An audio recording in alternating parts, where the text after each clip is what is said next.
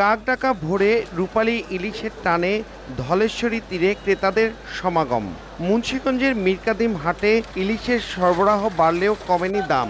উল্টো একদিনের ব্যবধানে ১০০ টাকা বেড়ে ১ কেজি ওজনের ইলিশ বিক্রি হচ্ছে ২৫০০ টাকায়। হঠাৎ ঊর্ধ্বমুখী দামে ক্ষুব্ধ ক্রেতারা।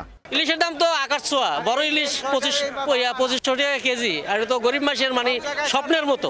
আমরা দিন কামাই দিন খাই, ওই হিসাবে আমরা বাজার আসা যেটুকু ভালো মাছ কিনুম এই ক্ষমতা আমাদের হয় না।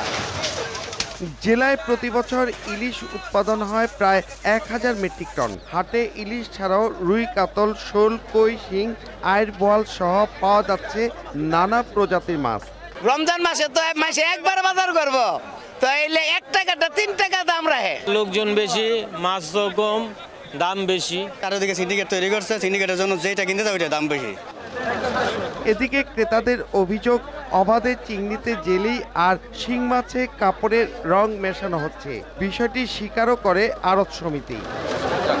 ইসা মাছের জেলি হলো আপনার ঘাটে যত ইসা মাছ আয়ে আমাকে নদীর মাছ ছাড়া প্রত্যেকটা মাছের মধ্যে জেলি আছে। কয়েকদিন আগে প্রশাসন, ফিশারি সবাই এসে জেলি চেক করে মাছ সিজ করে লয়ে গেছে, তারপরেও আপনার বন্ধ হয় নাই। নদী বেষ্টিত এই জেলায় প্রতি বছর ৩১,০০০ মেট্রিক টন মাছ উৎপাদন হয় বলে জানায় মৎস্য বিভাগ।